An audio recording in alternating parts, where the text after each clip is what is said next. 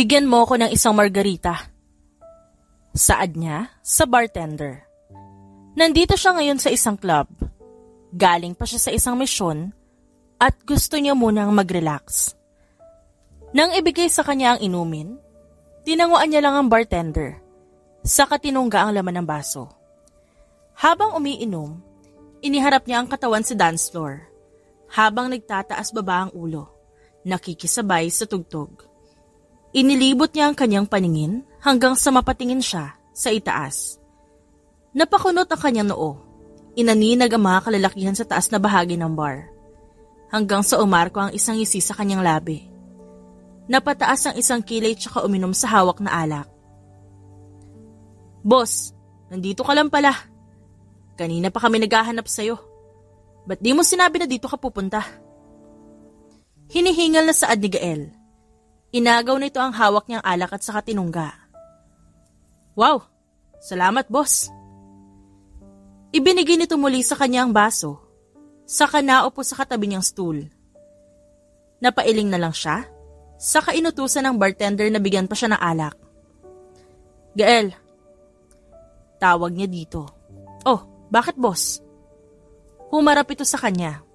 Sinundan ang kanyang tingin na tumingala. Get him. I want him. Napaawang ang labi ni Gael at napakurap na nilingon ng kanyang amo. Si boss talaga, parang nanghingi lang ng candy. Pero, saan ba dyan? Baka pwede nating gawa ng paraan. Sagot ni Gael at lumapit ito sa kanya. Sa kanya itinuro ang lalaking nagugustuhan. Napalayo si Gael nang siniko niya ito. Get him at dalhin mo siya sa kondo ko. Saad niya? Matapos ay isang sulya pang binigay sa lalaki. Napatigil siya sa akmang paglalakad ng lumingon ng lalaki. Nagkatinginan sila. Kinindatan niya naman ito. Napatawa siya na magtagpo ang kilay nito. Ikiniling nito ang ulo kaya kinindatan niya ulit ito saka naglakad palabas ng bar. Nadine, nasan ka na? Tapos na kayo kanina pa.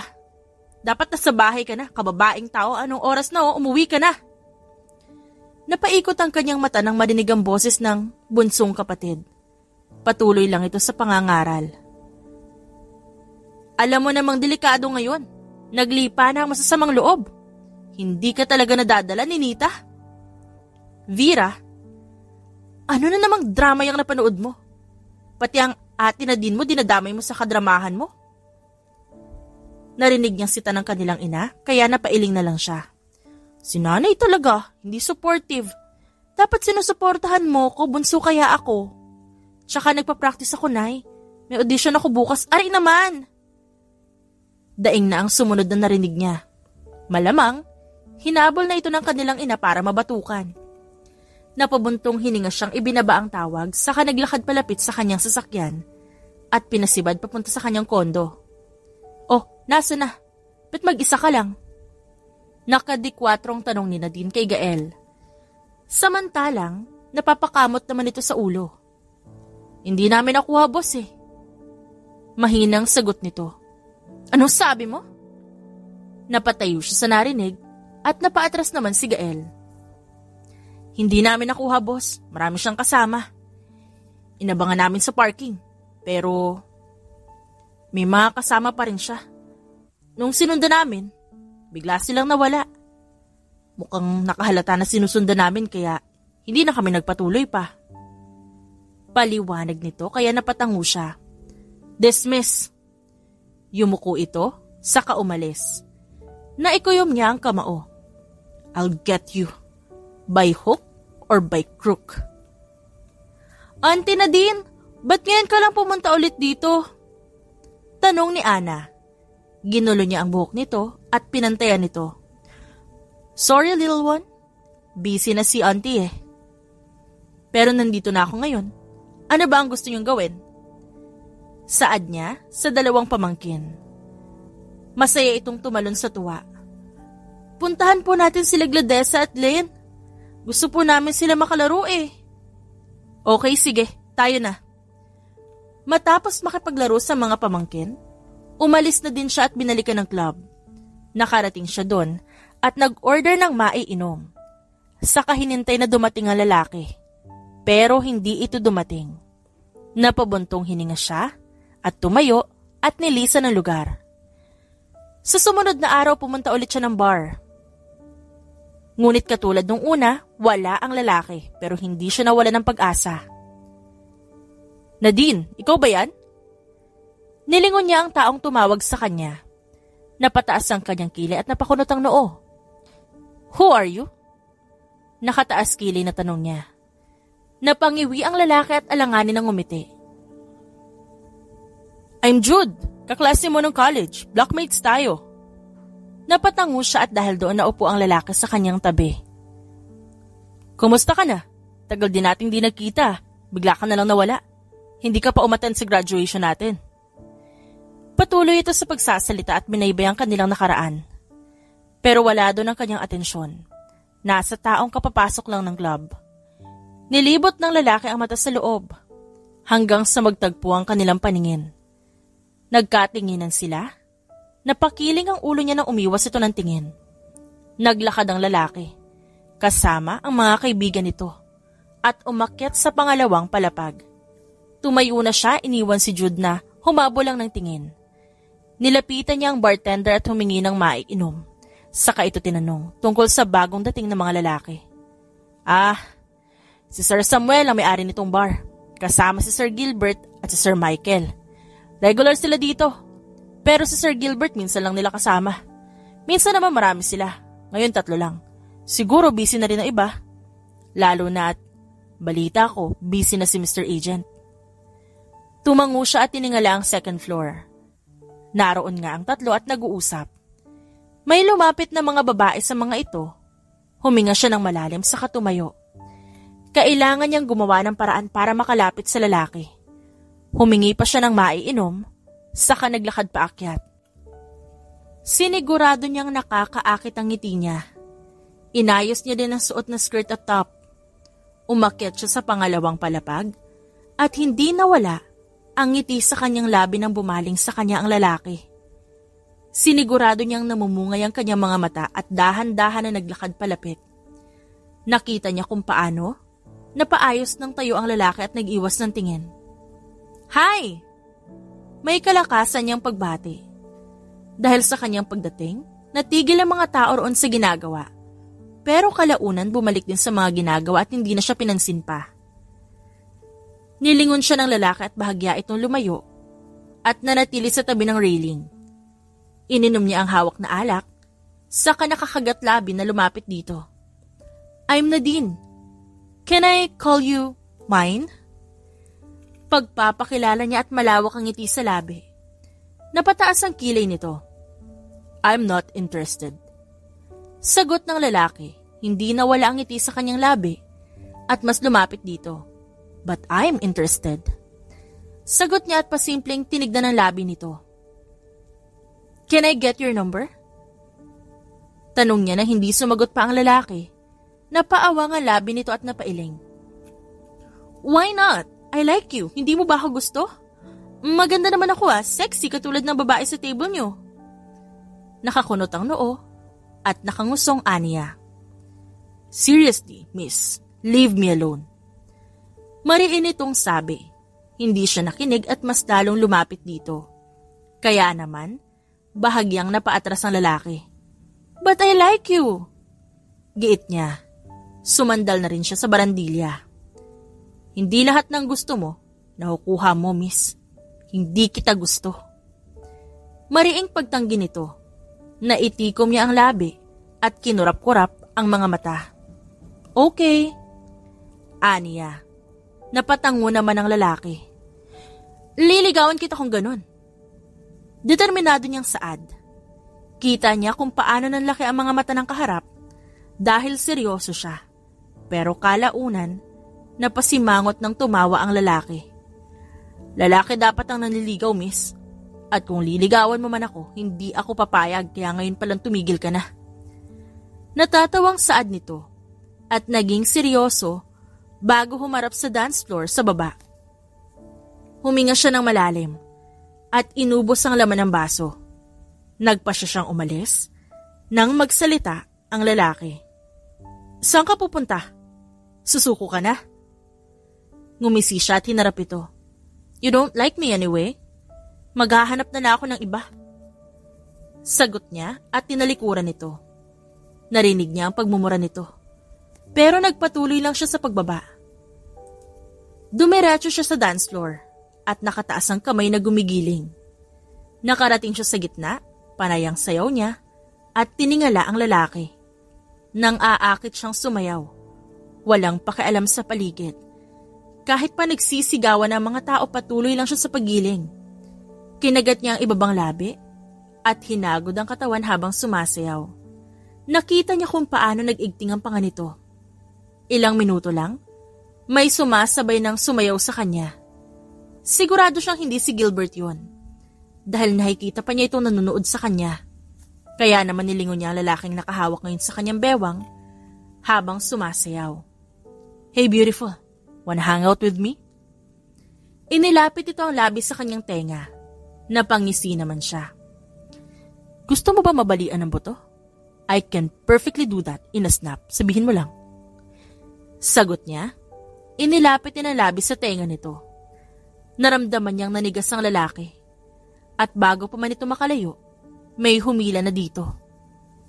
Napasinghap siya ng tumilapon ng lalaki at nakita na lang niya si Gilbert na masamang tingin sa kanya. Tumikim siya at inayos ang sarili. Ang lalaki naman kinuha na ng mga bouncer.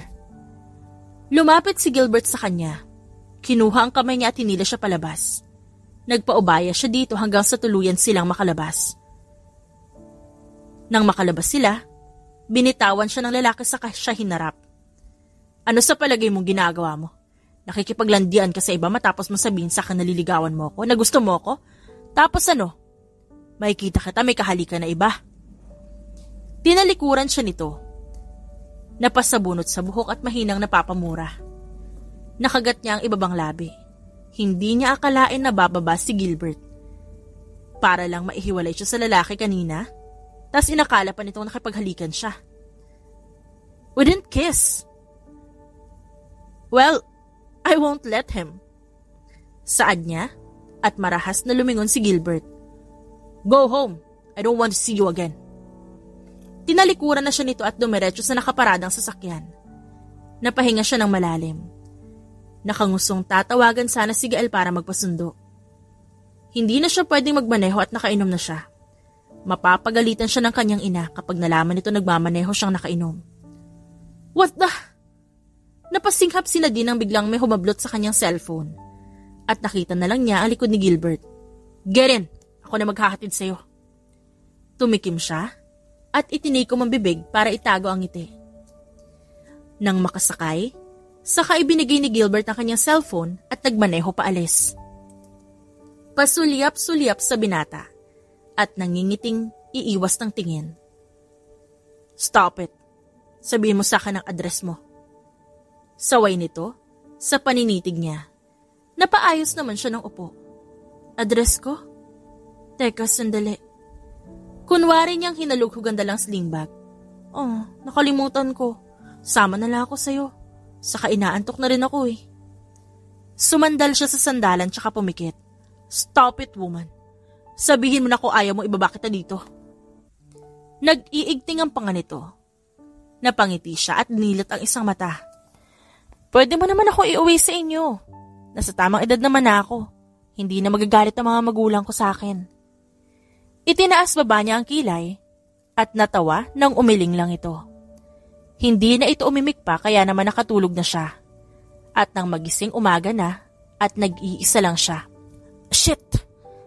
Napabalikwas siya ng bangon.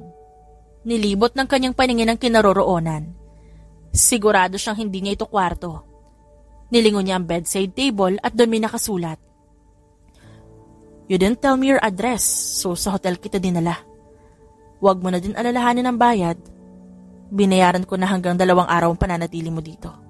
At sana, hindi na magtagpo ang landas natin. Wow! Napangiwi siya ng binasa ito. Napakamot pa siya ng batok. Mukhang ang lalaki ang nag-iwan ng sulat. Ibinulsa niya ang sulat saka inabot ang telepono para magpadala ng agahan. Matapos ang agahan niya, saktong tumawag si Gael at pinapatawag daw siya sa kanilang tahanan. Si tatay ba nagpapatawag o si nanay? Mahinang tanong niya, pasakay na siya sa kotse at sinundo siya nito. Ang Don na nagpatawag. Darating din ang mga kapatid mo, boss. At syempre, mawawala ba ang Doña Wilhelmina? Kung nasa ng tatay mo, nandun din siya. Sagot nitong tumatango pa, saka nagmaneho paalis. Oh, ate, nandito ka na pala. Bilis at may chismis ako sa'yo. Bungad ni Vera, malaki ang isisalabi nito. Napailing na lang siya at lumapit dito. Dumating din si Emily at kinutongan ng kapatid. Ate naman eh. Puro ka chismis pag ikaw narinig ni tatay. Sita nito at lumapit sa kanya at tinapik ang kanyang balikat. Nadine, may sasabihin nga pala ako sa'yo mamaya. Kailangan natin mag-usap. Kaya huwag kang munang umiskapo, okay? Pinandilatan siya ni Wilma. Ngumuso lang siya at nilapitan ang mga pamangkin. Auntie Nadine! Ba't ngayon ka lang ulit pumunta dito? Glenn, last week, nandito ang auntie niyo. Ano ba kayo? Sabad ni Via sa anak. Napanguso na lang ito at tinutok ang laruan na baril sa kanya. Kailangan mo magbayad sa mga araw na hindi ka pumunta. Saad ng bata. Nagkatinginan sila ni Via at napaawang ang labi. Anong tinuturo mo sa anak mo? Hindi makapaniwalang tanong niya kay Via. Kinuha ang laruan na hawak ng bata at naupo sa tabi nito. Magkano ba ang babayaran ko ha? 20 po. Inosenteng sagot nito. Napatango na lang siya at humugot ng pera sa pitaka. Inabot niya ang papel na 20. Ngunit hakunot ang noo ni Glenn. 20,000 po. Mahal na ang bilihin ngayon. Literal, nananlaki at napaawang ang kanyang labi. Hawak pa rin ang 20 pesos sa kanyang kamay, kaya napasinghap din si Via at hindi makapaniwala sa sinabi ng sariling anak. Glenn, saan mo natutunan yan? At bakit ba sinisingil ang auntie mo? Mama, sabi ni Auntie Vera mayaman daw si Auntie Nadine. Kaya dapat malaki ang singil sa kanya. Si Auntie Wilma nga po, 10 lang siningil ko eh. Bakas dito ang kainosentehan. Napapakamot pa ang bata sa ulo. Napapikit si Nadine sa inis. Huminga ng malalim at pilit na ngumiti sa pamangkin. Alam mo Glenn, kaya ko na maibigay lahat sa inyo kahit ano. Pero walang 100 pesos ang laman ng wallet ko ngayon eh. Hayaan mo. At mag-withdraw ako, lista mo muna utang ko ah. Sige po. Sabi niyo yan ah. Sagot nito at may nilabas na maliit na notebook. Napailing na lang siya na magsulat ito. Pasimple niya itong sinilip. Napakunot ang kanyang noo nang makitang nandoon ang mga pangalan ng mga kapatid niya. What the heck? Pabulong niyang sabi at tiningala siya ng bata. Sige, dyan ka muna at may sisingilin din ako. Aniya at tinapik ang balikat nito. Nakita lang naman niya doon, sa bawat pangalan, kung magkano ang paid at may utang. At sa lahat ng kapatid niya, si Vera ang may pinakamaraming utang. Sama ako. Mukhang hindi ang anak ko ang kailangan kong pagsabihan eh. Sambit ni Via at sumabay sa kanya sa paglalakad. Tumangutango siya, kaya naman na makita si Vera na kausap ni Wilma at ang ate Emily nila, nagtanguan silang dalawa sabay lapit kay Vera na walang alam. Hanggang sa naghabulan lang sila habang sumisigaw ng saklolo si Vera. Ano nangyayari dito? Dumagundong ang tinig ng kanilang ama sa buong kabahayan. Sabay silang napatigil. Napaayos ng tayo at nagkatinginan ng tatlo at nagsisisihan. Kayo kasi, nananahimik ako. Saad ni Vera. Napalapit kay Emily para makalayo sa dalawa. Abat nanisi ka pa talaga? Mahinang saad niya, masama ang tingin sa bunso. Kung ano-ano kasing tinuturo mo sa anak ko, kapag naabutan talaga kita, lagot ka sa akin. Mariing saad ni Via. Sasagot pa sana si Vera na magsalita ulit Don. Ano? Magsisisihan na lang ba kayo dyan? At magbubulungan na para mabubuyog? Sino nagsimula? Sila! Saad ni Vera sabay turo sa kanilang dalawa ni Via. Si Vera, tay. Sabay namang sagot ni Nadine at ni Via. Napapikit ang Don at ibinagsak sa sahigang tungkod. Nilingon nito ang panganay na nakikinig lang. Emily. Tawag ng Don, kaya napabuntong hininga naman si Emily at lumayo kay Vera. Sinabi nito sa ama kung ano ba talaga nangyari.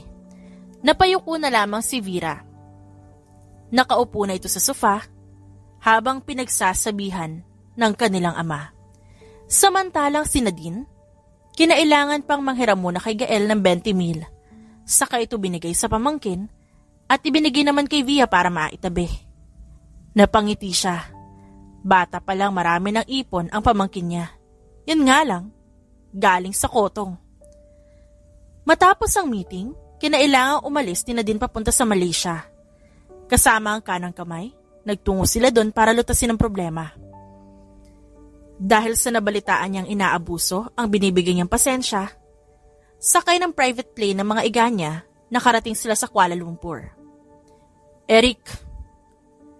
Walang emosyong sambit niya sa pangalan ng lalaking nasa harap niya ngayon. Nakayuko ito at nakaluhod sa sahig habang duguan. How many times do I have to tell you not to mess with me? Okay? This is not the first time you fool. Should have listened. The first time I told you to stay away. Pero di ka nakikinig eh. Ngayon sinama mo pa ang pamangkin mo. Sobrang nangangati ka na ba ha? Tinadyakan niya ito. Natumba ang lalaki at mabilis ding bumangon habang nagmamakaawa. Una na niya itong nahuli dahil sa illegal na pagbebenta at pagdadala ng mga kababaihan papunta ng Malaysia. Asawa ito ng isang Pilipino at kakilala niya. Kaya binigyan niya ng pagkakataon na magbago. Boss, I didn't mean to. Please spare me. I have family to feed. They're in the Philippines. Gago ka pala eh. Ilang beses ka nang nahuli at pinagbigyan. Hindi porket Filipino na pangasawa mo at kababayan ko palagi ka makakalusot. Dapat tumigil ka na sa una palang pagsasabi ko sa'yo. Pero inulit mo pa? Sinipa niya ito. Kaya naman, napahiga ang lalaki at umatungal ng iyak. Nasaan ang mga babae? I need the list, Eric. Mariin niyang tanong. Gumapang ito palapit sa kanya at kumapit sa kanyang paa. I don't know, boss. I promise you. I did not do anything. I was framed here. Napapikit siya sa inis. Malakas na inalis ang kanyang paa. Gael! Tawag niya. Nanlilisik ang mga mata sa lalaki. Boss. Lumapit naman ito at tumayo sa kanyang tabi. I need the list by midnight. Kung wala nga siyang kinalaman dito, malalaman natin kung nagsasabi siya ng totoo. Yes, boss. Masusunod. And one more thing. Bring me my penknife. Mariing utos niya, saka naglakad pa alis sa lugar. Dumating ang hating gabi, nasa kamay niya na ang listahan. Doon nakalagay ang mga pangalan ng mga naibentang babae, sino ang bumili, at saang lugar dinala. Ako nang bahala dito. Tatawag ako kapag kailangan kita. Utos niya kay Gael, tumango lamang ito. Kilala ang boss nila na mag-isa magtrabaho. Ayaw nito ng sagabal, basta nasa likod lang sila para kung sakaling kailangan nito ng tulong. Inisa-isa ni Nadine ang mga nasa listahan. Siya lang mag-isa ang pumapasok sa gusali. Bit-bit lamang ang kanyang penknife na tanging armas niya. Who are you? Gulat na tanong ng lalaking nasa gate at nagbabantay. Ngumisi naman siya at nilaro ang nasa kamay na patalim. Your worst nightmare. Sagot niya at binato ang hawak. Tinamaan ito sa ulo. Sa mga sumunod na pangyayari, ganon ang ginagawa niya sa mga humaharang sa kanya. Maswerte ang iba dahil hindi niya ito pinupuruhan. Kapag may kasalubong, isang baon niya lang sa katawan nito, natutumba na. Ang iba, sa tuhod niya sinasaksak para hindi na makalakad pa. Saka kukunin ang baril nito hanggang sa umabot ng ilang araw para masagip ang lahat ng kababaihang nasa listahan. Ayos na ang lahat, boss. Pauwi na ang mga babae. Nabigyan na din sila ng pera para makapagsimula ulit. Ang iba, piniling manatili dito sa bansa para magtrabaho. Pero may monitor naman sila, kaya wala nang problema. Nasa kulungan na din si Eric at may cash assistance na rin para sa pamilya niya. Saad ni Gael, napatangunan lang siya habang nakatanaw sa kabuuan ng lugar at kita ang buong syudad sa hotel kung nasan siya ngayon. Mabuti kung ganon, umuwi na tayo. Kasalukuyan sa Pilipinas. Bud, pansin ko lang ilang araw ka nang parang palaging may inaabangan. Sino ba yan? Malas naman nun kung sino man yun. Natatawang Saad ni Samuel. Sinamaan niya lang ito ng tingin. Manahimik ka, huwag mo akong kausapin. Hindi niya ito pinansin pa at uminom na lang. Hoy, mapapanisan ka ng laway kapag di ka nagsalita dyan, sige ka. Nakakalokong Saad nito. Binato niya ito ng ice cube at nasalo naman yun ni Samuel. Sino ba kasi yan? Sabihin mo na. Wait, huwag mong sabihin. Napaisip si Samuel. Napailing na lang siya nang pumalakpak ito. Tama, naalala ko na. Hindi siya ang iniisip ko. Kontra niya at ngumisi naman ito. Paano mo naman nasabi na siya ang tinutukoy ko? Nakataas kilay nitong tanong. Napatayo siya at iniwan ito. Hoy, sandali! May party pala tayong pupuntahan bukas Susunduin na lang kita. Sigaw na pahabol nito. Itinaas na lang gitnang daliri at dumiretso sa parking. Kinabukasan, nakita na lang ni Gilbert ang sarili na nakasuot ng pambabae. Courtesy of his friends, kailangan niya daw gawin yon. Dahil parehong mga lalaki at kailangan may magpanggap sa kanilang babae para makapasok. Isa siya sa napili. Ang paraan ng pagpili nila, kung sino ang maganda kung maging babae. Katulad niya, nakasuot pang babae din si Michael. Nakawig at sobrang ganda na suot ng short skirt at naka-black stockings. Ganon din ang kanyang suot. Ang kaibahan lang, maiksi ang kanyang wig. Bakit ang gaganda nyo? Siguro, kapag totoo yan, baka maraming manligaw sa inyo. O baka naman, totoo talagang ganyan kayo. At hindi talaga kayo straight. Mga mapagpanggap? Aray naman! Saad ni Samuel at napahawak sa ulo na sapakin ni Elton. Umayos kayo. Minsan na nga lang tayo makumpleto. Saad ni Anton. Napairap lang si Michael habang nagpipigil ng tawa si Danilo at Elton. Itawan nyo yan. Baka kung saan pa yan lumabas. Aniya. Masama ang tingin sa mga kaibigan. Lalo na nang bumunghalit ito ng mga tawa. Napailing na lang siya at tinalikuran ang mga ito. Simulan na natin to para matapos na. This fucking idea of yours is killing me. Mariing Saad niya at hinawi ang suot na wig. Okay, katulad ng plano. Kailangan niya lang madala si Mr. Wa dito. Nang mag-isa, dapat siya lang at walang bantay. Bakit kailangan pa na kami ang gumawa? Ba't di mo nalang hulihin? Si Michael na halos tanggalin na ang suot na wig dahil naiirita na. Baliw ka talaga. Wala nga kasing warrant. Kailangan pa ng ebidensya para mahuli. Kaya nga tayo nandito para gawin yun. Tayo ang gagawa ng ebidensya na yan. Nagtaas baba ang kilay na Saad ni Samuel. Sa inis, sinipa ni Michael ang huli. Manahimik ka na lang. Wala ka na nga ambag. Ba't di ikaw magsuot nito nang may maambag ka naman? Tama na yan. Pwede naman nating patayin na lang yan para matapos na. At hindi na kailangan pa to. Saad niya at hindi natiis na tanggalin ang suot na wig. Okay, people. Remember, we're here to help a friend. At mga gagoy papaalala ko lang Alagad lang naman ng batas tong dalawang kaibigan natin. Saad ni Samuel at tinapik pa ang mga balikat nila. Malaking tulong ito para sa amin ni Captain. Pero kung labag talaga sa loob nyo, hahanap na kami ng ibang paraan. Singit ni Danilo at lahat na patingin dito. Sus! Huwag ka na mag-alala, my friend. Kayang-kaya yan ni Michael at Gilbert. Kung hindi madala sa dahan-dahan, alam na nila ang gagawin kaya relax ka lang dyan. Masama lang ang tingin na nagawa niya sa kaibigan at wala nang nagawa pa. This is the first and last time that I will do this for a friend. Saad ni Michael at tumalikod na. Napatingin naman ang iba sa kanya. Napubuntong hininga siya na sumunod kay Michael at sabay na ginawa ang dapat gawin. Boss, saan ka na naman pupunta? Magpahinga ka muna, kararating lang natin, oh. Pakiusap ni Gael. Bakas sa mukha nito ang puyat at pagod.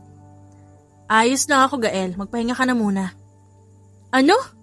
Hindi ako mamamahinga. May binubuhay pa kang pamilya, boss. Huwag ka magbiro ng ganyan, boss. Nanlalaki ang matang sagot nito. Napakunot ang kanyang noo at inalala ang kanyang sinabi. Ano ba sinasabi mo? Pinagpapahinga lang kita, sabi mo pagod ka, di ba? Anong pahinga bang iniisip mo dyan? Akala ko kung anong ibig mong sabihin sa pahinga na sinasabi mo, boss eh.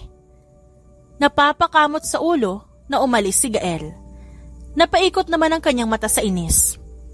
Nagmaneho si Nadine papunta sa bar para sana makita si Gilbert. Ngunit natigil siya sa pagmamaneho nang makita ang isang grupo. Kita niya kung paano magtawanan ng mga ito palabas habang nagbibiroan. Iginilid niya ang sasakyan. Hindi niya alam kung anong pwersa ang humihila sa kanya at ganoon na lang ang kagustuhan niyang makita ang mga ito. Bumaba siya at naririnig niya ang biroan ng mga ito. Gago, na in love sa'yo. Ano ba kasi ginawa mo? At ganoon na lang yun maghabol. Ang sunod niyang narinig ay mga mura. Napakunot ang noo niya. Pamilyar ang mga ito. Kaya naman, hindi na niya napigilan pa ang sarili. Elton? Nagtataka niyang tawag nang makilala ang isa sa mga lalaki. Nakita niya kung paano lumingon na lalaki at nanlaki ang mga mata nito. Ikaw nga, anong ginagawa mo dito? Nahawi ang grupo at bahagyang lumapit si Elton sa kanya. Tumikim ito at nilingon ng mga lalaki at tinanguan. Nakita niya kung paano naistatwa ang isa sa mga naroon at maging siya ay napasinghap sa nakita. Shit! Sambit ng aakalain mong babae at tumalikod ito. Napakunot ang kanyang noo, hindi sigurado kung totoo ang nakikita. Nasa trabaho ko ngayon, masiganya, at katatapos lang. Ikaw, bakit ka nandito? Napakurap siya at hinarap si Elton at napatikim. May pupuntahan lang sana. At nakita ko kayo dito. Parte ba ng trabaho niya magsama ng mga babae? Hindi niya naiwasan na itanong at muling tinuon ang tingin sa babaeng nakatalikod. I'm sorry, Miss Ganya. Hindi ko masasagot pa ang katanungan mo. At paalis na rin kami. Mag-iingat ka na lang sa pupuntahan mo. Tinanguan siya nito at tumalikod na paalis. Nagkibit-balikat siya at humakbang na rin paalis. Nang may marinig siyang pamilyar. Tanggalin niyo na to, tapos na ako dito. Mabilis na nilingon niya ang pinanggalingan ng boses at umawang ang kanyang labis sa nakita. Nagkatinginan silang dalawa. Mabilis itong tumalikod pero siya hindi nagdalawang isip na lapitan ito. Gilbert? Tawag niya sa lalaki. Palihim namang napamura ito at tumikim para harapin siya. Shit! Biglang mura ni Samuel. Hindi niya yun pinansin at awang lang ang kanyang labi. Siya bang babae mo? Hirit pa nito at nilapitan si Gilbert. Whatever you like. Hindi niya masabi ang tamang salita. Naglumikot naman ang tingin nito. Hindi na natuloy ang sasabihin nito nang magsalita siya. Bakla ka? Hindi makapaniwalang sambit niya. Naipiling pa ang ulo. Napatikim siya at pinagmasdan nito. Namamangha siya sa ganda nito at napakagat labi. Si Gilbert naman, napaawang ang labi sa sinabi niya hanggang sa nagtawanan ng mga kaibigan niya. Masama ang tingin na nilingon niya ang mga ito at hawak pa ni Samuel ang tiyan. Epic! This is epic, bud! Sinuntok niya ang braso ng kaibigan. Napaatras lang ito at niyaya ang mga kasama at umalis na. Sabay-sabay itong umalis at silang dalawa na lang ang naiwan. Tumikim siya at hinarap si Nadine. Nakatikom ang labi nito at halatang nagpipigil din ng tawa. Sinamaan niya ito ng tingin. Ayos lang. It's fine. Tanggap kita. Nakakainis lang at mukhang mas maganda ka pa sa akin. Hindi na nakatiis pa si Nadine na tumawa ito. Umiling lang siya at tinalikuran ng babae. Hoy! Sandali, miss! Leave me alone. Mariing aniya. Hindi nakinig ang babae at humabol lang sa kanya. Ihatid na kita. Baka kumapano ka pa dyan sa daan. Ang ganda mo pa naman, miss. Masama ang tingin na nilingon niya ito. Nagtaas ng 2 kamay si Nadine at tinikom ang labi. Bigla ay napaisip siya. Kung tutuhanin kaya niya ang akala nito. Ngayon alam mo na, siguro naman titigilan mo na ako. Pareho tayo ng tipo. Kaya pwede mo nang tigilan yung ginagawa mo. Nakapamewang na saad niya, kaya napanguso naman ang dalaga. Okay lang yan. Sabi ko nga kanina tanggap kita kahit sino o ano ka man. Ako na lang mag-a-adjust. Kita na lang tayo bukas. Nakangiting sagot nito. Napamaang siya at tinanaw na lang ang likod nito. Magsasalita sana siya nang biglang pumihit pabalik ang babae. O nga pala, ihahatid pa kita. No need, kaya ko sarili ko. Umalis ka na at lubayan mo na ako. Tumalikod na siya at naiwan si Nadine na napanguso na lamang. Okay, see you when I see you. Gumaway ang babae. Si Gilbert naman sumakay na sa kanyang sasakyan at nagmaneho paalis. Hoy boss, anong ginagawa mo? Ba't pinapakaalaman mo ang gamit ko? Nagtatakang pumasok si Gael sa kanyang kwarto.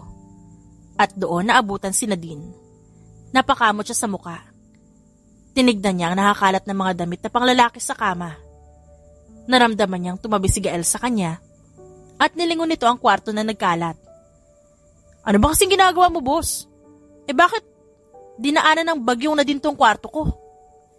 Hinarap niya si Gael. Nakalagay sa baba niya ang kamay at napaisip. Turuan mo ko. Paano maging lalaki? Seryosong utos niya at napangan naman ang kaharap. Boss? Nagtatakang tanong nito, napailing na lang siya at napabuntong hininga. Samahan mo na lang ako, bibili tayo ng gamit na panlalaki. Utos niya dito at tumalikod na paalis. Walang nagawa pa si Gael at sumunod na lamang. Kahit papuno ng katanungan ang isipan nito. Anong sumanib sa kanyang boss? At bigla nitong gustong maging lalaki. Ate Nadine, ang dami mo namang dala? Para sa amin ba yan? Naku, hindi ka na dapat nag-abala pa. Sumalubong sa kanya si Vera at akmang kukunin ang mga paper bag na dala niya nang pigilan niya ito. Napahinto naman ang kapatid. Sa akin lahat to, kaya umalis ka dyan sa daan. Gumilid naman si Vera pero sumili pa ito. Hanggang sa makarating siya sa sariling kwarto, nakasunod ang bunso sa kanya. Inilagay niya lahat ng pinamili nila Gael kanina. At maingat na inilagay sa kama. Napangiti siya na makita yon. Mga pabango at damit panlalaki. Napasinghap naman si Vera at mabilis na lumapit sa kanya. What the hell? Sabi mo sa'yo yan pero ba't puro panlalaki? Natitibo ka na ba ate? Nilingon niya ang kapatid. Inilingan niya lang ito. Saka sinimula na ayusin ang mga gamit. Susumbong kita kay nanay. Kaya pala hanggang ngayon single ka ha? Tibo ka pala at ngayon naglaladlad ka na? Manahimik ka nga Vera at lumayas ka sa kwarto ko. Sigaw niya at binato ito ng isang unan. Seryoso ka ate Nadine? Tibo ka talaga? Hindi pa rin makapaniwalang tanong nito. Napabuntong hininga siyang hinarap ang kapatid. Hindi ako tibo. May gusto lang ako ligawan. Malay ko bang pareho pala kami ng tipo. Pero kahit na ganun, gusto ko pa rin siya. Sagot niya at napatampal sa noo si Vera. Ba't ikaw maniligaw? Nababaliw ka na ba? Halos magkandara pa mga lalaki para sa'yo. Para lang mapalapit sa'yo ate. At base sa sinasabi mo pareho kayo ng tipo, ibig sabihin bakla siya? Tango lang ang tanging naisagot niya. Napatakip ito sa bibig. Oh my God! Napapaliw ka na nga! Manahimik ka na lang nga. Layas, mag-aayos ako. Tinaboy niya ito. At palabas ng kanyang silid, sumili pa ulit si Vera. At nang makita ang ginagawa ng kanyang ate Nadine, napailing-iling na lang ito. Sa sumunod na araw na magkita ulit sila ni Gilbert, nagulat pa ito sa kanyang itsura. Paano ba naman kasi? Lalaking lalaki ang getup niya. Mula sa mukha at pananamit, naglagay pa siya ng maliit na bigote at men's perfume ang gamit. Ano sa tingin mo ang ginagawa mo? Hindi makapaniwalang tanong niya sa babae. Ngumiti naman ito at lumapit sa kanya. Hi. Pati ang boses nito panlalaki. Napabuntong hininga siya at umiling. Ano na naman ang kailangan mo? Naiirita niyang tanong. Hindi niya alam kung paano nito nalaman kung nasan siya. Nakangiting umupo sa kanyang tabi ang dalaga at inabot ito ang dalang paper bag. Para sa'yo. Sigurado ako magugustuhan mo yan. Hindi niya sana tatanggapin. Ngunit ito na mismo ang naglagay sa kanyang kandungan. Naiiling na tinignan niya ang loob at nanlaki ang mga mata niya sa nakita. What the heck? Nagkandaubo siya at mabilis na ibinalikan paper bag sa dalaga. Bakit? Di mo ba nagustuhan ng kulay? Sinilip niya na din ang laman ng paper bag. Napanguso siya na makita ang pink na lingerie. Tumayo si Gilbert at nauubo pa rin ito. Tumayo na siya at hinaplos ng likod ng lalaki. Ayos ka lang ba? Ayaw mo sa kulay? Lumayo ka muna sa akin. At ba't pa binibigyan mo ko niyan? Napangisi naman siya at nilabas ang laman ng paper bag. Bakit hindi? Sabi nila magugustuhan mo daw to eh. Napapikit siya at huminga ng malalim. Saka ito hinarap. Di ko kailangan yan, sa'yo na. Tinalikuran niya ito, pero sumunod pa rin ito. Naiinis na hinarap niya ang dalaga na napahinto naman at napangiti. Bakit ba ganyan na itsura mo? Oh, di mo ba nagustuhan ng ayos ko? Maayos naman ah, gwapo naman ako. Hopeless na tumalikod si Gilbert at napapakamot naman ang ulo si Nadine. Di ba niya nagustuhan ang getup ko? Bulong niyang tanong sa sarili, napanguso, at tinanaw na lang ang lalaking papalayo. Sa sumunod na araw palagi siya nakabuntot sa lalaki. Wala siyang pakialam kung mainis ito o mairita sa presensya niya. Masaya siya sa ginagawa, kahit pa pinagtatawanan siya ng mga kapatid. Nalaman niya din ang totoong pagkatao ni Gilbert, isa itong mafia, kaya hindi siya makapaniwala na isa itong binabae. Wala sa itsura nun, pero umamin na ito. At nakita pa niya ito nakasuot ng pambabae. Kaya naman nakumbinsi siyang isa itong nagbabalat kayo. Isang araw, pinuntahan niya ang opisina nito. Walang pakialam kahit pa pinagtitinginan siya. Nakangiti siyang lumapit sa reception desk at nagtanong kung nasa ng boss ng mga ito. Nagtataka pa ang nasa reception desk. Pero nginitian niya lamang at may tinawagan ito. Ano po palang pangalan nila at kung may appointment po kayo? Tanong nito habang nasa tenga ang telepono. Napakamot naman siya sa pisngi. Nakita niyang napakagatlabi ang babaeng receptionist. Wala pero kilala ko ng boss mo. Sabihin mo yung maliligaw niya. Nakangising sagot niya. Tinaas baba ang kilay. Nagulat ang kaharap at napanganga. Napakurap-kurap sa sinabi niya. Maliligaw po kayo ng CEO? Hindi po ba babae ka? Hindi, lala. Hindi niya natuloy ang sasabihin. Hindi alam ng mga ito ang tunay na pagkatao ng kanilang boss. Tumikim siya at umayos ng tayo. Oh, babae ako. Huwag ka mag-alala. Magkaibigan kami ng boss mo. Tumango lamang ito at kinausap na ang nasa telepono. Ilang minuto pa ito bago humarap sa kanya muli. Nasa meeting pa po ang CEO Pero pwede daw kayo maghintay sa kanya opisina. Okay. Nag-okay sign siya.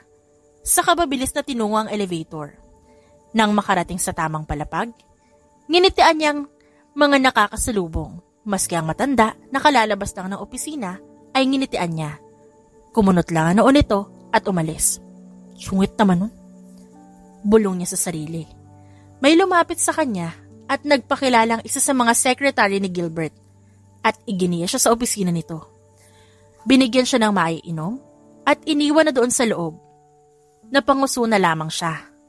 Halos kalahating oras na siyang naghihintay. Ngunit hindi pa rin dumadating ang hinihintay niya. Nalibot na niya ang buong silid. Tumanaw na din siya sa labas ng gusali at ngayon, nakakaramdam na naman siya ng boredom. Bumuntong hininga siya at naglakad papunta sa glass wall. Natanaw ang ibang gusali. Kinuha niya ang cellphone at tinawagan ng kapatid. Nadine! Bungad ni Emily sa kanya. Kaya napabuntong hininga siya. Ate Emily. Sagot niya at napakagat labi. Naaalala niya ang sinabi ng kanyang kanang kamay sa kanya. Kailangan niyang umalis para asikasuhin ang kanya nasasakupan. Ngunit, mas delikado kung idadama niya ang kapatid niya na may mga anak. May mga bata na kailangan pa ito. Siya? Wala na, maliban sa kanilang magulang. Kung may mangyayari man sa kanya, ayos lang. Never mind ate, nakalimutan ko na kung ano sasabihin ko. Nauutal pa niyang sabi, nang may maramdaman na bumara sa kanya lalamunan. Nadine, alam kong ayaw mo lang sabihin. May pinapagawa ba ang tatay sa'yo na delikado? Pareho nating alam na ayaw na niyang maulit pa ang nangyari kay Via noon. Hindi yun. May kailangan lang akong asikasuhin, hindi naman delikado. Saka walang alam si tatay dito. At sigurado akong delikado yan na din. Alam mo kung ano nangyari kay Via noon. Alam ko, Ate Emily. Pasensya na kung napag-alala pa kita. Ipinihit niya ang katawan at napasinghap ng bumungad sa kanya ang walang emosyong mga mata. Napatikim siya at nagpaalam sa kapatid. Kung aalis ka, magsabi ka. Huwag kang kikilos na hindi namin nalalaman, naintindihan mo ba? Hindi niya na ito nasagot pa at ibinaba na ang tawag. Kanina ka pa dyan? Tanong niya kay Gilbert at umayos ng tayo. Anong ginagawa mo dito? Balik na tanong nito at seryoso pa rin ang tingin sa kanya. Ngunit siya, dahan-dahan, na naglakad palapit sa lalaki.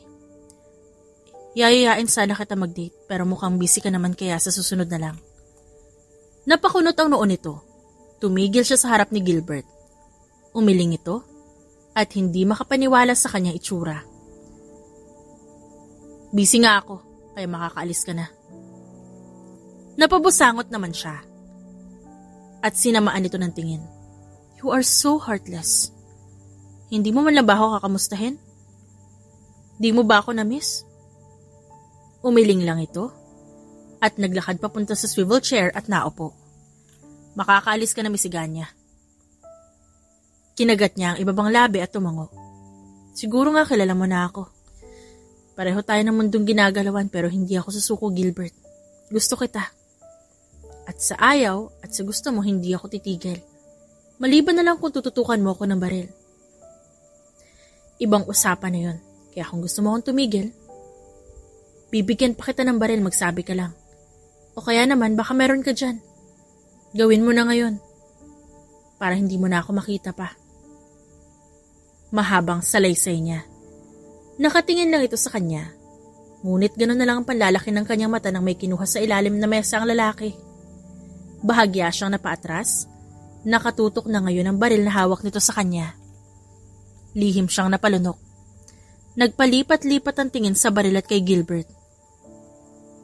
You really dislike me that much? Nasasaktan niyang tanong. Nakita niyang may dumaan na emosyon sa mga mata nito. Ngunit mabilis din yung nawala at tumayo. Umalis ka na, misiganya. Dahil hindi ako magdadalawang isip na paputukin to. And by the way, my room is soundproof. Kahit patayin kita dito, wala makakaalam. Walang emosyon itong sabi. Naluluha siyang kumurap. Wala nga talagang puso. Huwag kang mag-alala. Sa susunod na makita kita, may dala din akong baril. Kaya ko makapagbarilan sa'yo, no? Binibiro lang naman kita eh. Tinutuo mo naman. Hinawi niya ang buhok at nagmarcha palabas. Ngunit bago niya isinara ang pinto, sumili pa siya sa lalaki. Saka ngumisi at pinakita dito ang gitnang daliri. Saka kumaripas ng takbo palayo. Hindi niya na nakita ang pagdilim ng anyo ng lalaki. I can't believe that woman. Akala ko titigil na siya. Tigas talaga ng pungo. Ano bang gagawin ko sa babaeng yun? Napasabunot si Gilbert sa buhok at napayuko. Sa mga sumunod na araw, walang tigil ang pagpapakita ni Nadine sa kanya. Hinayaan niya na lang ito dahil kahit anong gawin niya, hindi naman ito titigil. At mas nagporsige pa nga. Hanggang sa umabot sa kanyang ama ang balita at nagbanta ito. Stay away from that woman, Gilbert. Kilala mo ang kanila. Kilala mo ang kanila. At kilala mo kung paano magalitan doon. Puro babae ang mga anak nun. Kaya pinoprotektahan niya lahat. At alam mo na hindi ako makakapayag na mapabilang ka sa kanila. Magkakamatayan muna kami bago ko harapin ang kanilang angkan. Kaya ngayon pa lang itigil mo na kung ano namamagitan sa inyo ng babaeng yun. Matapos sabihin niyo ng kanyang ama, umalis na siya. Kilala niya ang mga iga niya. Marinig lang ang apelyido nito. Manginginig ka na sa takot. Alam niya ang ginagawa niya kaya nga nilalayuan niya ang babae. Ngunit makulit talaga ito katulad ngayon. Nasa isang club siya at hindi niya alam kung ba't narito din ito. Hindi nga siya nagpunta sa club ni Samuel dahil siguradong nakaabang to doon.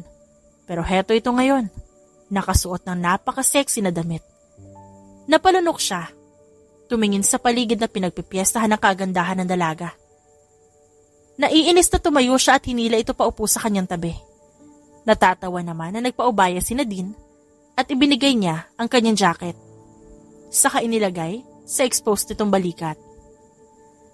Napapikit siya nang makita ang legs nito at napalunok siyang umiwas ng tingin. Hindi kita sinusundan na. Nakita lang kita dito. Kasama ko ang bunsong kapatid ko, niyaya niya ako. Puro na daw kasi sa'yo ang atensyon ko kaya dinala niya ako dito. Hindi ko naman alam na dito ka din pala pupunta. Hindi mo kailangan magpaliwanag. Hindi ko rin alam na nandito ka. Oh, baka naman ikaw sumusunod sa akin ngayon. Natatawang biro ni Nadine. Umiling siya kay Gilbert. Maging si Gilbert na pailing din. I'm not. Dito ako nagpunta para hindi kita makita. Ouch ha? Nakakasakit ka na talaga. Pero, nandito ka na lang din, lalandiin na kita. Humilig siya dito at nangalumbaba. Napangiti siya nang umiwas lang ito ng tingin. Totoo naman kasi ang sinabi niya. Nandito siya para iwasan muna ito. Pero mukhang tadhana na ang gumagawa ng paraan para magkita sila. Wala na silang imikan. Hanggang sa nakita na lang niya ang sarili na umiinom. Hindi naman siya pinagbawalan ni Gilbert at kinatuwa niya yon. Hanggang sa malasing siya at tumatawa na kasama ito. Hinanap pa niya sa dagat ng taong kapatid pero hindi niya na ito makita. Tumayo siya ngunit bigla siyang nabuwal. Mabuti na lang at mabilis siyang nasalo ni Gilbert at bumagsak siya sa kandungan nito. Napayakap siya dito at nagkatitigan sila. Pareho nang namumungay ang mga mata hanggang sa lumalim ang kanilang paghinga. Hindi na niya namalayan kung sinong unang humalik. Naramdaman niya na lang na magkalapat na ang kanilang labi. Ilang linggo nang hindi nagpaparamdam si Nadine, kaya naman nagtataka na si Gilbert. Hindi niya maintindihan kung ba't biglang naglaho ang dalaga matapos ang gabing yon. Hindi na sila nagkita pa.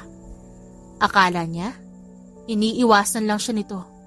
Pero malapit ng mag-isang buwan, hindi pa rin ito nagpaparamdam. Hanggang sa isang araw, nakita niya ang babae na nakikipagtawanan sa isang lalaki.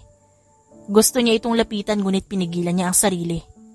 Huminga siya ng malalim at tinanaw na lang ang dalaga sa malayo. Papunta sa parking si Nadine, kakauwi niya lang galing sa ibang bansa at nagkataon na nakita niya ang isa sa kanyang kababata. Nagkwentuhan sila at binaybay ang mga nakakatawang nakaraan. Nang makita ang kanyang motorsiklo, lakad-takbo ang kanyang ginawa. Ngunit may biglang humila sa kanya. Dahilan? Para mahila siya ng taong yun at mapasubsob sa dibdib nito. Nanlalaki ang mga matang. Napatingin siya kay Gilbert na nagtatagis ang bagang. Kaya ba hindi ka na nagpaparamdam kasi may iba ka na nilalandi? Matapos mong guluhin ang mundo ko, bigla ka na nang aalis sa parang kang walang ginawa? Ano? Tapos ka ng paglaruan ako, nagsawa ka na? Kaya sa iba mo naman ginagawa? Matapos sabihin yon, hinihingal na inilapit ni Gilbert ang mukha sa kanya. Naduduling siya at napalunok. Napahawak sa dibdib nito. Ano kasi? Hindi na niya natuloy ang sasabihin nang sunggaban siya nito ng isang marahas na halik. Napapikit siya at nahigit ang kanyang paghinga. Breathe. You need to breathe so I can kiss you more. Saad ni Gilbert sa hinalikan siya ulit. Nagpaubaya naman siya. Hanggang sa gumanti na rin siya ng halik. Nangingiting tinignan ni Nadine si Gilbert na hindi makatingin sa kanya. Kagat-labi niya itong hinawakan sa kamay, saka hinila palapit sa kanyang motor. Sasakay tayo dyan? Ayaw mo? Libre chancing yan. Biro niya, napaawang naman ang labi nito at naiiling na lang. Come on! Sumakay na siya at iginiya ang kamay sa kanyang likod. Para doon maupo ang binata. Nangingiti siyang umayos ng upo hanggang sa nakaupo ito sa kanyang likod. Kumapit ka ha, baka tuluyan ka na mahulog sa akin. Pero huwag kang mag-alala, sasaluhin naman kita. Kinindatan niya ito at saka nagsimulang paandarin ng motor. Pareho silang napasinghap nang mapadaan sa humps. Nakagat niya ang labi at tumingin sa kanyang dibdib. Natatawa niyang siniko ang binata na napatikim na lang. Mabilis itong inalis ng dalawang kamay sa kanyang dibdib at umayos ng upo.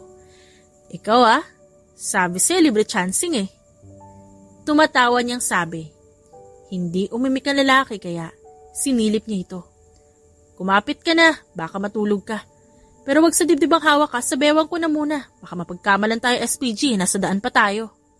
Mamaya na lang, kapag tayong dalawa na lang. Stop it, di ko yung sinasadya. Kasalanan ng humps yun. Wala akong alam sa sinasabi mo. Depensa nito, natawa na lang siya at binibiro na kunin ang kamay nito sa kanya ilalagay sa dibdib niya. Si Gilbert naman pinipisi lang ang kanyang bewang. Hanggang sa nakarating sila sa kondo niya, inaasar niya ang lalaki. Masama lang ang tingin nito sa kanya at ayaw nang magpahawak pa. Ilang linggo ang nakalipas, nagkamabutihan sila ni Gilbert at natupad na ang gusto niyang mangyari. Kailangan lang pala magpamiss dito para umamin ito. Ngayon ito naman ang habol ng habol sa kanya. Lalo na at busy siya sa mga ginagawa. Babe, sunduin kita, tapos ka na ba? Bungad ni Gilbert sa cellphone kaya napakagat siya ng labi. Hindi pa pero pauwi na kami. Bukas ko natatapusin ng iba. Miss na kita Na-miss niya rin ito. Ayaw niya lang sabihin. At hindi pa rin siya makapaniwala. Napaamin siya ng wala sa oras at hindi inintindi ang banta ng kanyang ama. Gael, bilisan mo.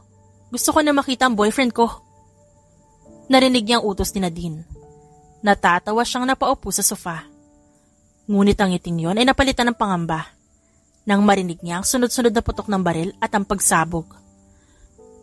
Mabilis siyang tumayo at tinawag ang pangalan ng nobya, ngunit walang sumasagot.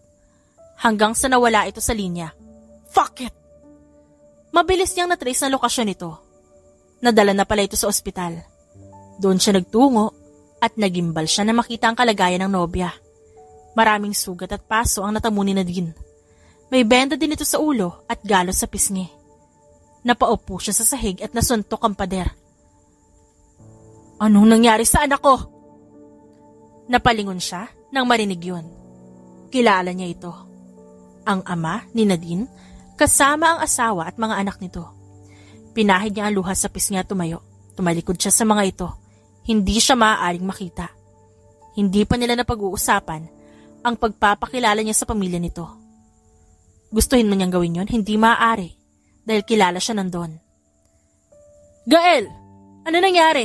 Hindi ba't pauwi na kayo? Sino may gawa nito? Naiiyak na tanong ng Donya. Nilingon niya ang mga ito.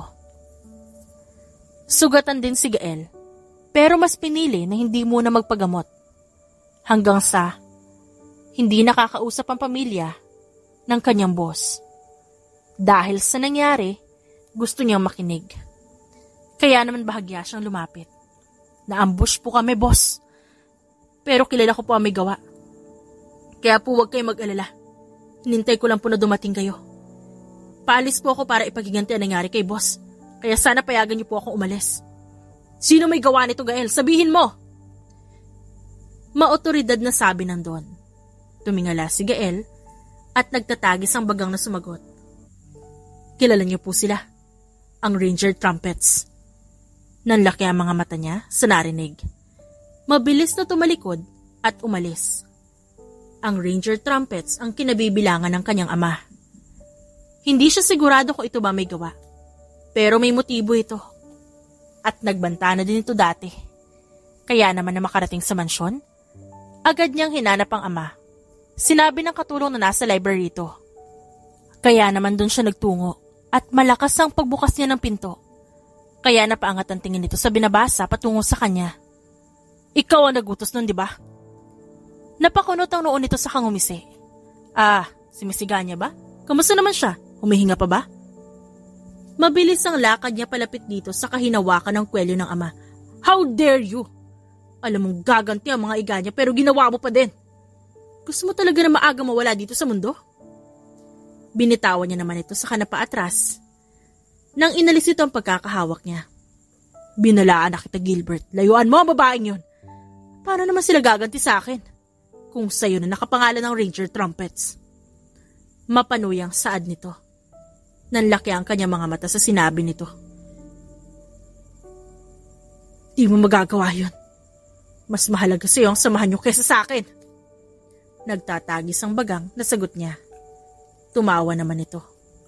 Well, my dear son, mahalaga nga yun sa akin. Pero ipapaubaya ko muna sa'yo ngayon. Ano kaya maging reaksyon ng nobya mo kapag nalaman niyang ikaw ang nagutos?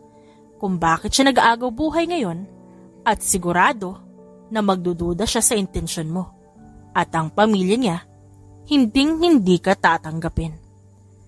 Malakas itong tumawa. Hindi siya nakatiis at nilapitan nito. Malakas na tumama ang kamao niya sa mukha ng ama. Nandidilim talaga ang paningin niya. Nagising si Nadine ilang araw ang nakalipas. Una niyang hinanap si Gilbert pero hindi niya ito makita. Ilang araw na din siyang gising. Hindi pa niya ito ni minsan nakita. Hindi niya alam kung magagalit ba siya. Dahil baka hindi nito alam ang nangyari sa kanya, kaya naman naghihintay siya. Ngunit ang paghihintay niya umabot ng 1 linggo. Hindi na siya nakatiis at inutusan si Gael. Ngunit hindi niya inaasahan ang maririnig na balita dito. Nagkakagulo ang grupo nila ngayon, boss. Di ko alam ang eksakto nangyari pero nalaman namin na siya ang pinuno ng grupo umatake sa atin. Galit ng Don. Kaya hindi makakabuti kung makikita siya dito. Natulala siya. Hindi siya naniniwala. Hindi yun magagawa ni Gilbert sa kanya. Ramdam niya.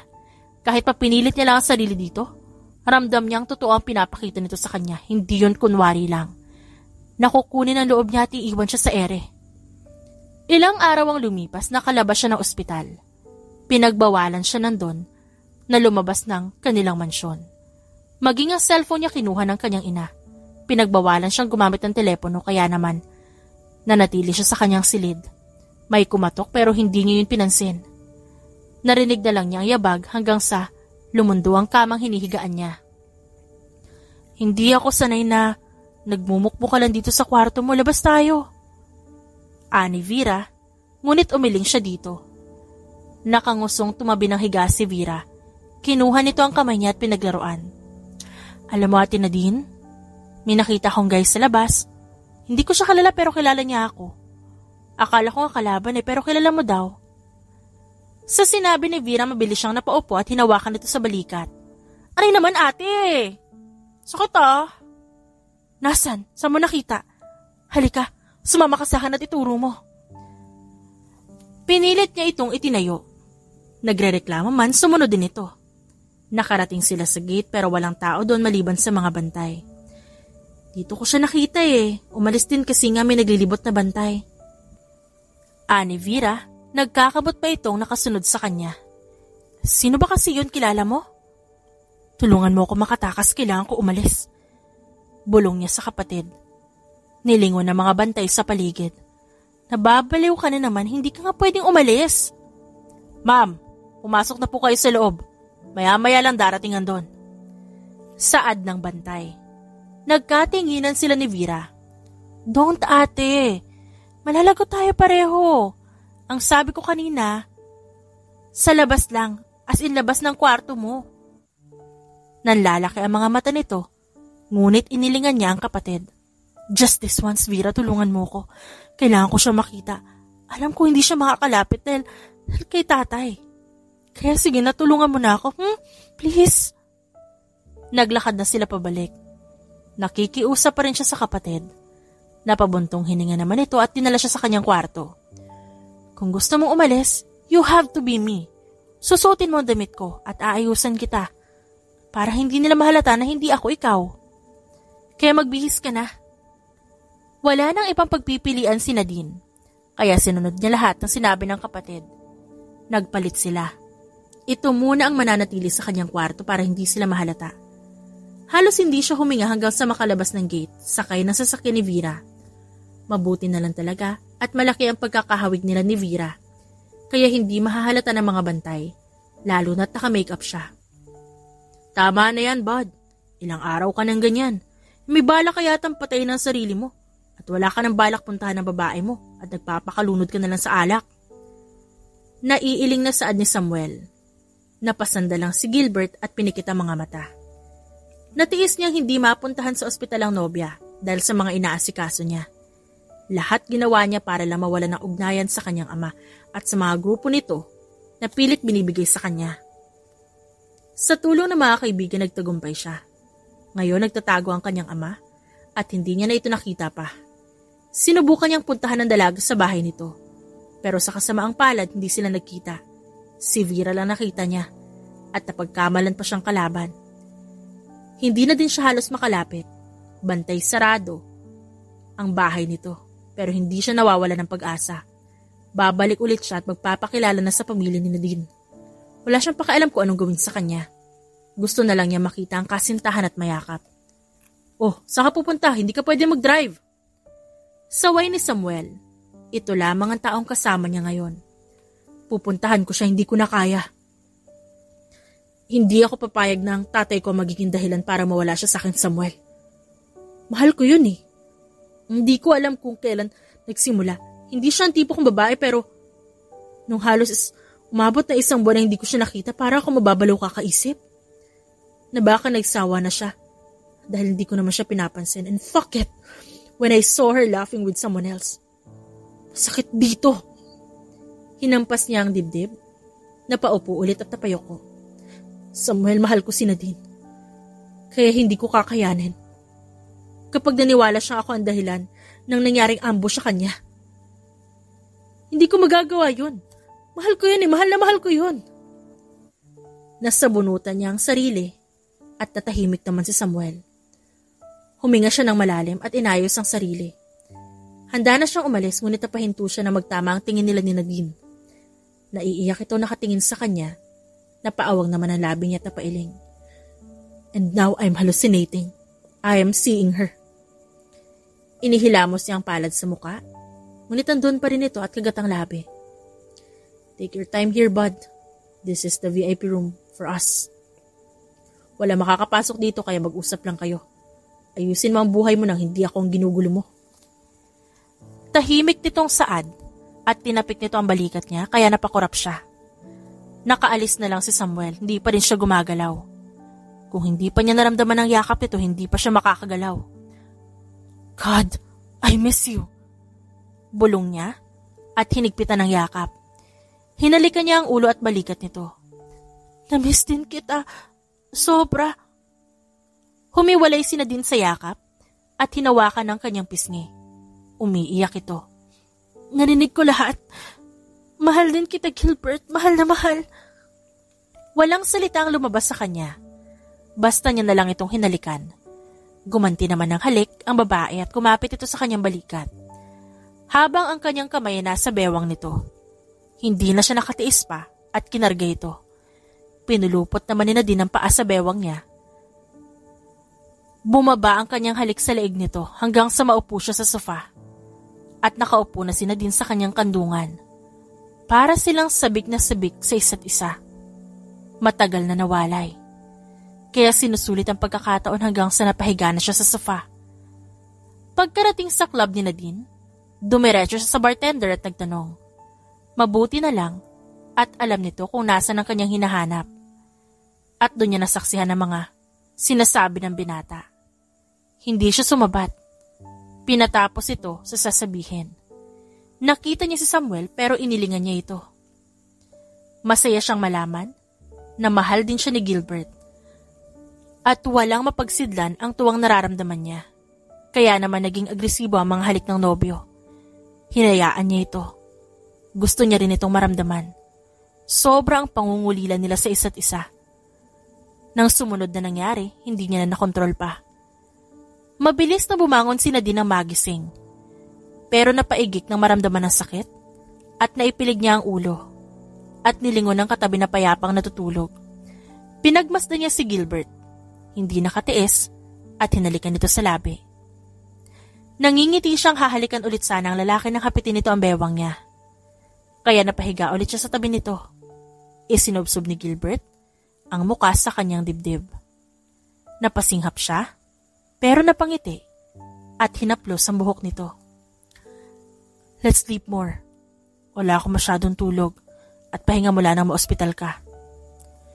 Mas sumigpit ang yakap dito. Napahagat siya ng labi at hinalikan ang ulo nito. Patulog ka ulit, dito lang ako. Sagot niya. Tumango lamang ito at tutulog nga. Nakaramdam din siya ng antok, kaya hindi niya namalayan na nakatulog din siya. Napamura siya na magising ulit. Wala na si Gilbert sa kanyang tabi. Si Vera? Siguradong mahuhuli sila, kaya napatingin siya sa orasan. Natampal na lang niya ang noon nang makitang tanghali na. Kailangan ko na umuwi, siguradong hinahanap na ako sa bahay. Kagatlabi niyang sabi kay Gilbert nang makabalik ito at may dalang pagkain. Sasamahan kita. Sigurado ka? Tumango lamang ito at napabuntong hininga siya at kumain na lang.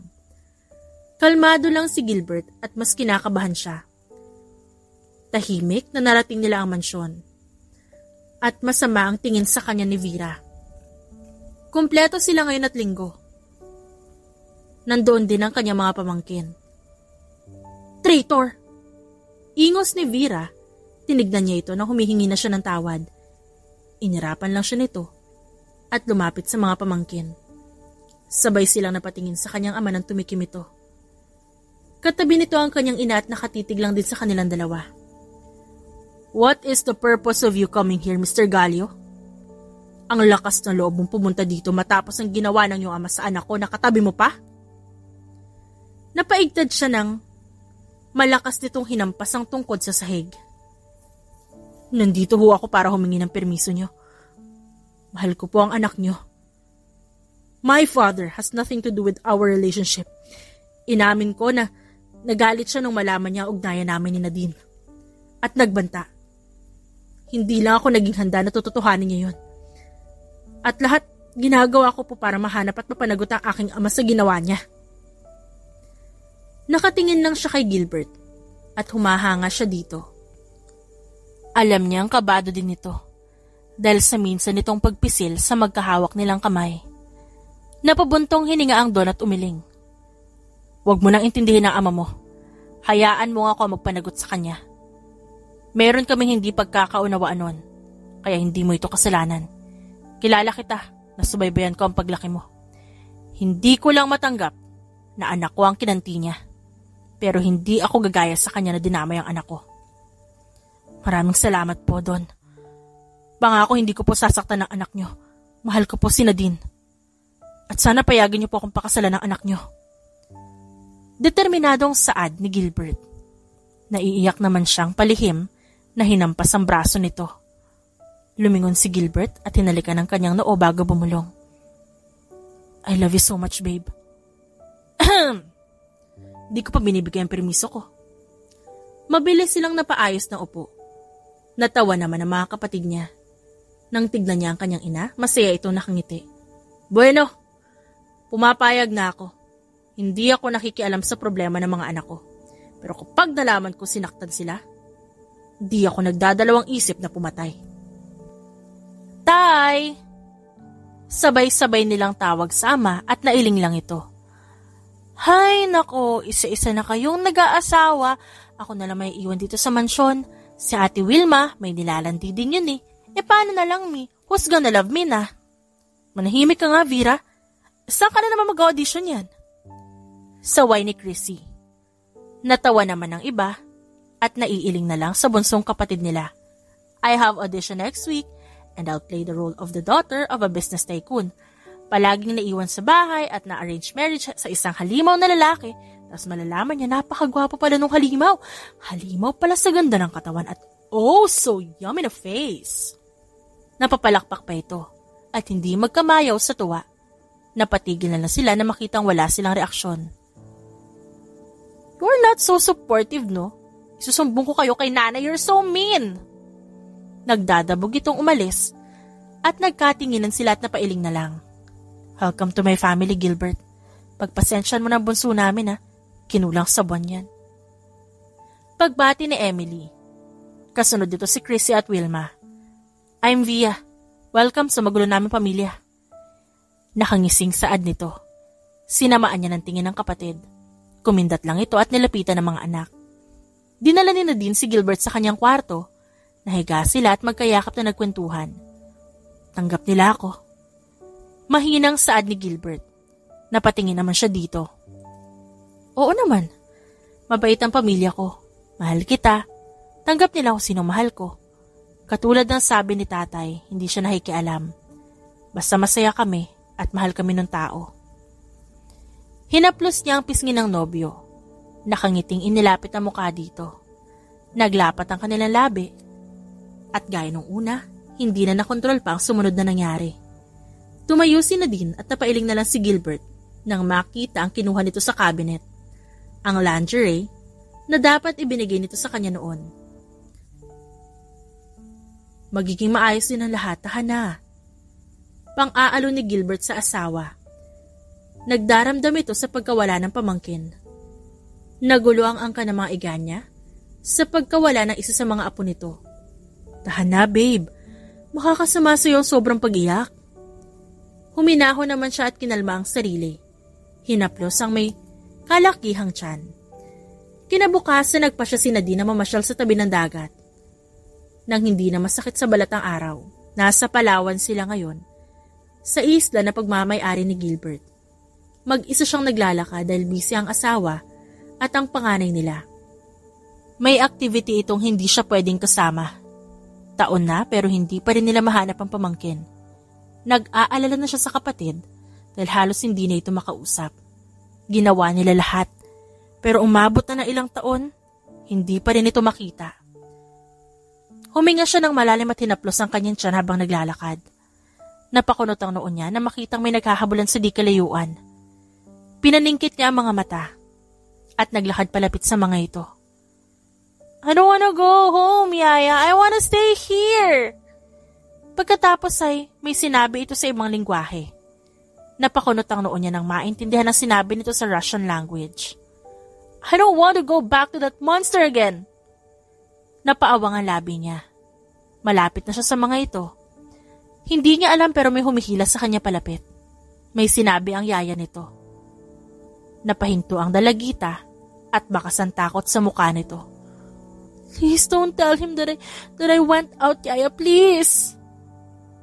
Excuse me? Is there any problem here? Tanong niya. At sabay na lumingon ang dalawa sa kanya. Napasinghap siya nang makita ang dalagita na umiiyak. Nakaramdam siya ng awa at nilapitan nito.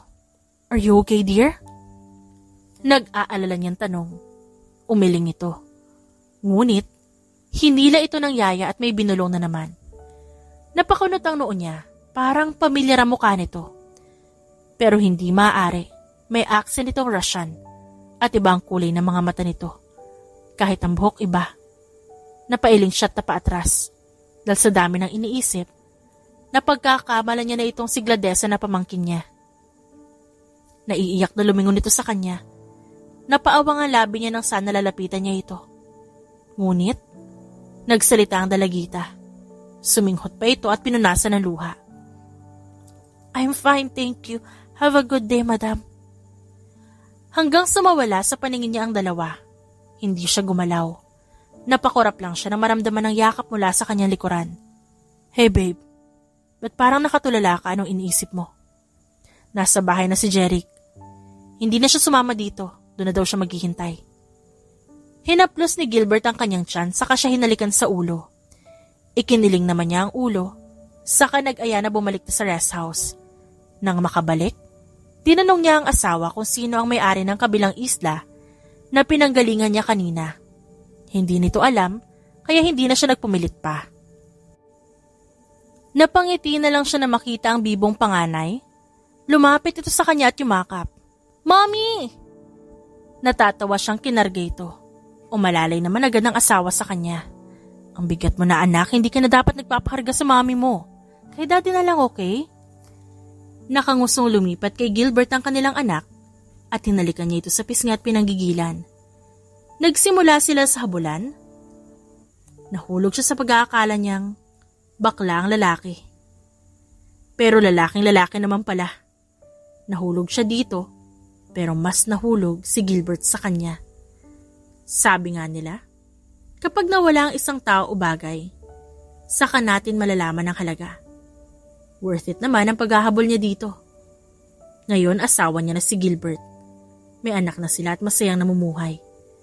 Hindi perpekto ang buhay, pero hanggat magkakasama sila at nagmamahalan, kahit anong pagsubok ang dumating, tiyak kakayanin.